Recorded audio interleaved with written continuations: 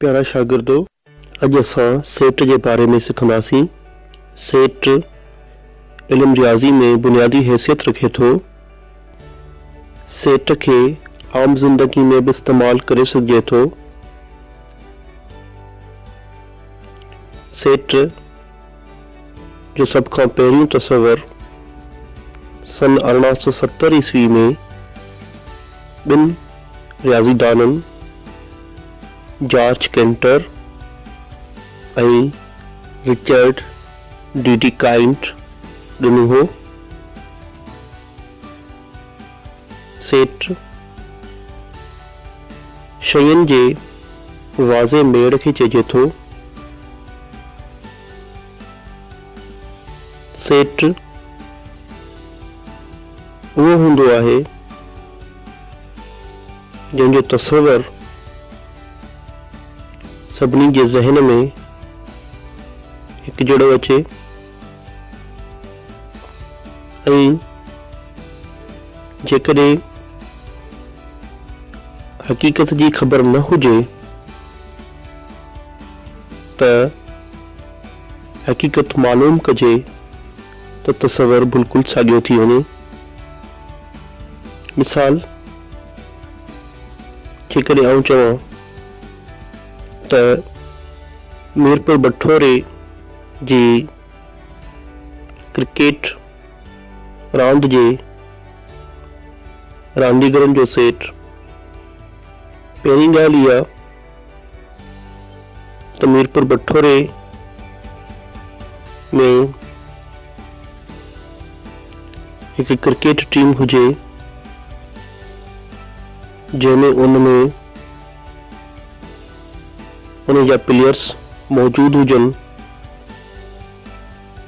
ऐं जेकॾहिं उन प्लेयर्स जे नालनि जी पुछा कजे त उहे सभिनी जे ज़हन में साॻिया अची वञनि। अहिड़े नमूने सां फ़र्ज़ करियो त पाकिस्तान जे शुगर मिलनि या कारखाननि जो सेट। हाणे पाकिस्तान जे शुगर मिलनि या कारखाननि जो सेट जेकॾहिं असां ठाहींदासीं त हिकिड़ी डिघी लिस्ट थी वेंदी, पर इहा हिकु हक़ीक़त आहे त उहे शुगर मिलूं या खंड या कारखाना जेके पाकिस्तान में मौजूद हुजनि। अहिड़े नमूने सां अहिड़ा हज़ारे मिसाल थी सघनि था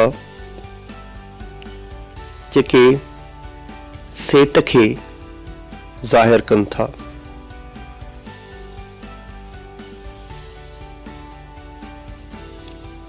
सेट रियाज़ी में हिकु बुनियादी हैसियत रखे थो। सेट जे अंदर मौजूद अदद, अखर, निशानियूं, लफ्ज़ वग़ैरह भी थी सघनि था। सेट खे हमेशा विची ॾिंगी या कर्ली ब्रैकेट जे अंदर रखियो वेंदो आहे।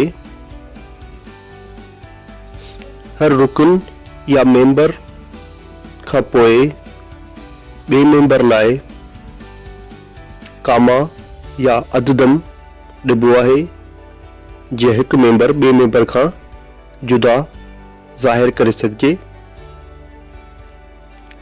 सेट खे अंग्रेज़ी अलफ़बे जे वॾनि अखरनि मतिलब त कैपिटल लेटर्स सां नालो ॾेई ज़ाहिर कबो आहे। घणो करे अंग्रेज़ी अलफ़बे जा नंढा अखर कंहिं सेट जा रुकन या मेंबर या एलिमेंट्स हूंदा आहिनि। कंहिं सेट जे मेंबर हुअण जी निशानी हीअ आहे। फ़र्ज़ करियो त बी हिकु सेट आहे जंहिंजा मेंबर पाकिस्तान जा सूबा आहिनि। हाणे बी जंहिंजा मेंबर आहिनि सिंध, पंजाब, खैबर पख्तूनख्वा, बलोचिस्तान त जेकॾहिं तव्हां चवंदा त सिंध पाकिस्तान जो रुकन आहे त उनखे इल्म रियाज़ी जी ज़बान में हीअं लिखंदासीं, Sindh is the member of Pakistan. हीअ निशानी इज़ द मेंबर ऑफ या इज़ द एलिमेंट ऑफ जी आहे। जेकॾहिं असां चवंदासीं त पंजाब पाकिस्तान जो रुकन आहे त असीं लिखंदासीं, Punjab is the member of Pakistan या पंजाब पाकिस्तान जो रुकन या मेंबर आहे। ऐं उन जे उबतड़ हीअ निशानी मेंबर न हुजण जी आहे। मिसाल, न्यू दिल्ली पाकिस्तान जो रुकन न आहे त असीं लिखंदासीं, New Delhi is not a member of Pakistan. उन खां पोइ असां इल्म रियाज़ी में इस्तेमालु थींदड़ कुझु अहम सेटनि ते ॻाल्हाईंदासीं। इल्म रियाज़ी में अददनि सां ठहंदड़ कुझु मुखी सेट ऐं उन्हनि खे ज़ाहिर करण जूं निशानियूं हे आहिनि। अखर एन कुदरती अददनि लाइ इस्तेमालु थींदो आहे, छो त एन अखर सां शुरू थींदड़ लफ़्ज़ नेचुरल आहे। नेचुरल या कुदरती अदद हिक खां शुरू थींदो आहे ऐं पोइ 2, 3, 4, 5, 6 जी तरतीब सां हलंदो रहंदो आहे ऐं किथे बि ख़तम न थींदो आहे। हिन में सभई अंग वाधू जा हूंदा आहिनि। हिन में ज़ीरो इस्तेमालु न थींदो आहे। कुदरती अदद यानी नेचुरल नंबर्स जे सेट खां पोइ सजन अददनि जो सेट, मतलब त हिन सेट खे अंग्रेज़ी में होल नंबर्स सॾियो वेंदो आहे। उन लाइ त हिन जी निशानी अंग्रेज़ी अल्फ़बे जे वॾनि अखरनि यानी कैपिटल लेटर्स मां W आहे, छो त W लफ़्ज़ होल जो पहिरियों अखर आहे। हिननि अददनि जे सेट में ज़ीरो शामिल आहे। ज़ीरो, 1, 2, 3, 4 खां शुरू थींदे अदद तरतीब सां हलनि था ऐं किथे बि खुटंदा न आहिनि।